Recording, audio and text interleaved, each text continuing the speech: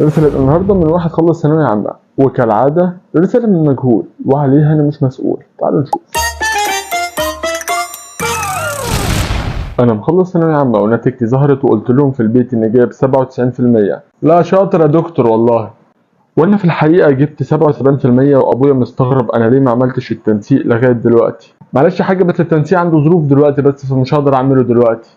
قول لي ايه الدنيا عشان لو عرف الحقيقه ممكن يعمل فيا حاجه. انا مش عارف يا جماعه انتوا ليه بتتعاملوا معايا ان انا ساحر، بس شكرا لثقتكم الغاليه دي والله. المهم بص بقى يا حبيبي، اللي انت عملته ده 30 ل 50% كلهم بيعملوه. عادي كلهم بيخبوا عن اهاليهم النتيجه الحقيقيه والدنيا دي. المهم باختصار شديد هتعمل ايه؟ انا عن نفسي ما بحبش غير الصراحه ومش هقدر انصحك بحاجه غلط، فلازم تصارحهم. بس قبل ما تقول لهم الصراحه لازم تظبط كام حاجه. اول حاجه مثلا ممكن تقول لهم ان انت عايز تروح تسافر تصيف تغير جو، وده من حقك يعني النتيجه ظهرت وانبسطت والدنيا دي. لو بقى الظروف ما تسمحش ان انت تصيف او تغير جو، لازم بقى تشوف واحد صاحبك حد قريبك يكون كبير وعاقل وفاهم بحيث انك تقدر تبات عنده. المهم انك لازم تسيب البيت يومين ثلاثه على الاقل.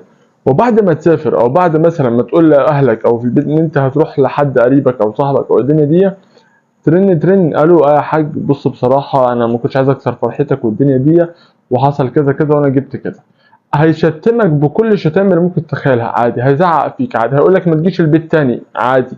بص سيبه يطلع كل الطاقه اللي جواك وما تروحش البيت لمده يومين ثلاثه لغايه ما يهدى. لو هو عصبي جدا كتر المده عادي الدنيا دي، ان في الاول وفي الاخر ابوك بيحبك وهيسامحك وهيقدر جدا اللي انت كنت بتمر بيه الدنيا دي. بس اوعى تعمل نفسك فيها سوبرمان وتقعد في البيت وتقول لهم الكلام ده، هيعمل فيك اللي ما اتعملش واللي مش ممكن تتخيله.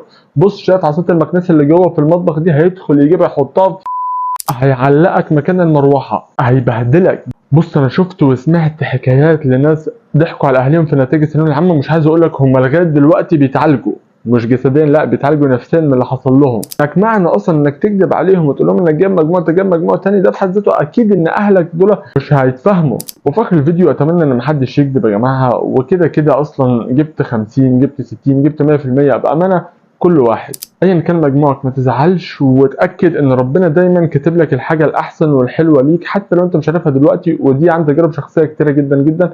بس اوعى تكذب. اخر الفيديو لو انت عندك سؤال او مشكله او اي حاجه ابعتها لي من اكونت مجهول عادي جدا وانا هرد عليك في الفيديو. والف مليون مبروك لكل الناس اللي اتخرجت ونجحت في ثانويه عامه حتى لو كانت جايبه 50%. انت بطل وانت جدع وانت تستاهل كل حاجه حلوه وربنا كاتب لك كل حاجه حلوه. مع السلامه.